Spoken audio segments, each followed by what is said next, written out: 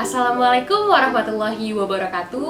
Halo semuanya, hari ini saya Putri Harvitalia, salah satu mahasiswi dari Magister Manajemen Properti dan Penilaian Universitas Sumatera Utara, ingin memberitahu sedikit mengenai tentang KPUP nomor 11 sampai dengan 20 dari KEPI dan SPI edisi ke-7 tahun 2018. Sebelumnya, saya di bawah bimbingan dosen yaitu Pak Insinyur Hamid Yusuf MM, Ibu Profesor Dr. Elizabeth Siahaan SEMEC, dan Dr. Insinyur Sugiharto Pujangkoro MM. Nah, KPUP yang pertama yang akan saya bahas adalah kegunaan. Kriteria utama dari penilaian real property dan personal property adalah kegunaannya.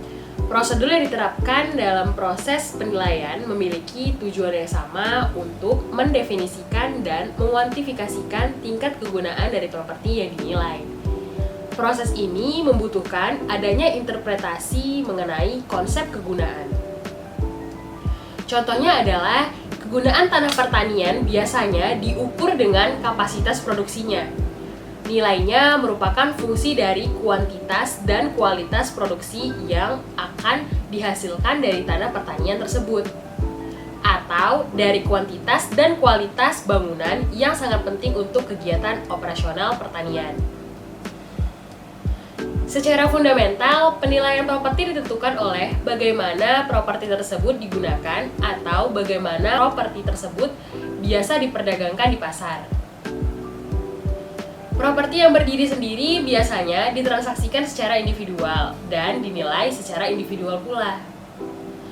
Properti individual mungkin memiliki tambahan nilai atau nilai khusus di atas nilainya sebagai entitas terpisah, dikarenakan adanya hubungan fisik atau fungsional dengan properti di sebelahnya yang dimiliki oleh pihak lain atau karena daya tariknya terhadap pembeli dengan kepentingan khusus. Besarnya tambahan nilai atau nilai khusus tersebut umumnya dilaporkan secara terpisah dari nilai pasar. Nah, akibat umum dari ketidakpastian politik dan ekonomi adalah perubahan kegunaan, baik dalam hal kapasitas atau efisiensi. Tanggung jawab penilai dari situasi demikian adalah untuk melihat harapan pasar akan lamanya waktu untuk berakhirnya situasi tersebut. Kemudian asumsi dan asumsi khusus. Gunanya adalah untuk memperjelas baik keadaan aset dalam pertukaran hipotesis atau keadaan di mana aset diasumsikan dipertukarkan. Asumsi tersebut dapat memiliki dampak signifikan terhadap nilai. Ada dua jenis asumsi khusus. Yang pertama ada asumsi fakta yang konsisten dengan atau dapat konsisten dengan yang terjadi pada tanggal penilaian. Dan yang kedua adalah asumsi fakta. Asumsi fakta yang berbeda dengan yang terjadi pada tanggal penilaian. Asumsi khusus biasanya digunakan untuk mengilustrasikan akibat dari kemungkinan adanya suatu perubahan terhadap nilai aset. Kata khusus diartikan untuk menegaskan kepada pengguna laporan bahwa kesimpulan nilai tergantung kepada perubahan dari situasi yang ada saat ini atau yang mencerminkan pandangan yang pada umumnya tidak lazim diambil oleh pelaku pasar pada tanggal penilaian. Contohnya adalah asumsi bahwa properti adalah dimiliki dalam keadaan kosong, kemudian asumsi bahwa bangunan yang direncanakan sudah selesai pada tanggal penilaian, kemudian asumsi bahwa kontrak tertentu sudah ada pada tanggal penilaian padahal sebenarnya belum ada, dan asumsi bahwa instrumen keuangan dinilai menggunakan yield curve yang berbeda dari yang biasa digunakan pelaku pasar.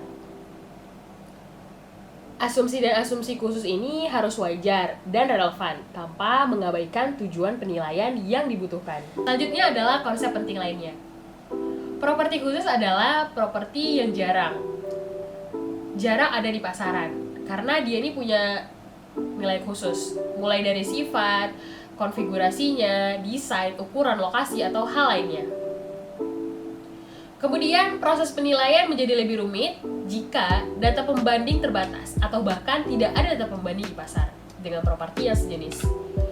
Meski demikian, penilai sebaiknya menjelaskan data atau alasan dari mendukung kesimpulan nilai yang pertimbangkan. Apabila memungkinkan, penilai menentukan nilai tanah, biaya, dan estimasi depresiasi kumulatif berdasarkan informasi pasar dan menjelaskan dasar dari estimasi nilai. Apabila kondisi pasar normal terganggu atau terhenti sementara, Atau apabila terjadi ketidakseimbangan penawaran dan permintaan yang mengakibatkan timbulnya harga pasar yang tidak memenuhi definisi nilai pasar, penilai akan menghadapi masalah penilaian yang sulit. Setiap laporan penilaian harus mengungkapkan secara jelas maksud dan tujuan penggunaan penilaian. Sebagai tambahan dari persyaratan pelaporan, dalam konteks pelaporan keuangan, laporan penilai secara spesifik mengidentifikasikan jenis aset di mana setiap aset digolongkan atas aset operasional atau non-operasional dan basis dari pendapatan tersebut. Kemudian, pendekatan penilaian. Pendekatan penilaian merupakan landasan proses penilaian dilengkapi dengan metode penilaian dari masing-masing pendekatan yang digunakan. Pendekatan penilaian ada 3. Yang pertama, pendekatan pasar, pendekatan biaya, dan pendekatan pendapatan. Jadi, pendekatan pasar menghasilkan indikasi nilai dengan cara membandingkan aset yang dinilai dengan aset yang identik atau sebanding, di mana informasi harga transaksi atau penawaran tersedia.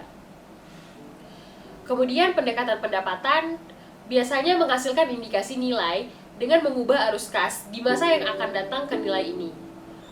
Pendekatan ini mempertimbangkan pendapatan yang akan dihasilkan aset selama masa manfaatnya dan menghitung nilai melalui proses kapitalisasi. Pendekatan pendapatan dapat diterapkan untuk liabilitas dengan mempertimbangkan arus kas yang diperlukan untuk memenuhi liabilitas sampai lunas. Dan yang terakhir, pendekatan biaya. Pendekatan biaya menghasilkan indikasi nilai dengan menggunakan prinsip ekonomi, di mana pembeli tidak akan membayar suatu aset lebih daripada biaya untuk memperoleh aset dengan penggunaan yang sama atau setara. Pendekatan ini berdasarkan pada prinsip harga yang akan dibayar pembeli di pasar untuk aset yang akan dinilai. Dalam penilaian bisnis, pendekatan biaya dikenal sebagai pendekatan aset. Jadi dari ketiga metode ini, cara menggunakannya adalah pendekatan pasar digunakan untuk menilai semua jenis properti yang memiliki data pembanding yang update dan valid. Kemudian, kita menggunakan pendekatan biaya apabila properti yang ingin kita nilai tidak memiliki data pasar atau data sebanding yang update dan valid. Maka kita menggunakan pendekatan biaya, di mana kita akan melihat dari struktur biaya pembangunan properti tersebut. Dan yang terakhir adalah pendekatan pendapatan. Semua properti yang memiliki profit akan dinilai dengan metode pendekatan pendapatan. Contohnya adalah hotel, mall, pabrik, dan lain-lain. Pendekatan dan metode penilaian umumnya digunakan untuk berbagai tujuan dan objek penilaian. Meskipun demikian, penilaian untuk berbagai jenis aset membutuhkan berbagai sumber data yang harus mencerminkan pasar, di mana aset tersebut akan dinilai. Contohnya, investasi dari real estate yang dimiliki oleh suatu perusahaan dinilai dalam konteks pasar real estate yang relevan, di mana real estate diperdagangkan, sedangkan saham perusahaan itu sendiri dinilai dalam konteks pasar di mana saham diperdagangkan. Kemudian ada juga yang namanya penyimpangan. Penyimpangan ini adalah suatu keadaan di mana ketentuan perundang-undangan, peraturan, atau persyaratan yang memaksa dan harus diikuti, tetapi berbeda dengan yang disyaratkan pada SPI.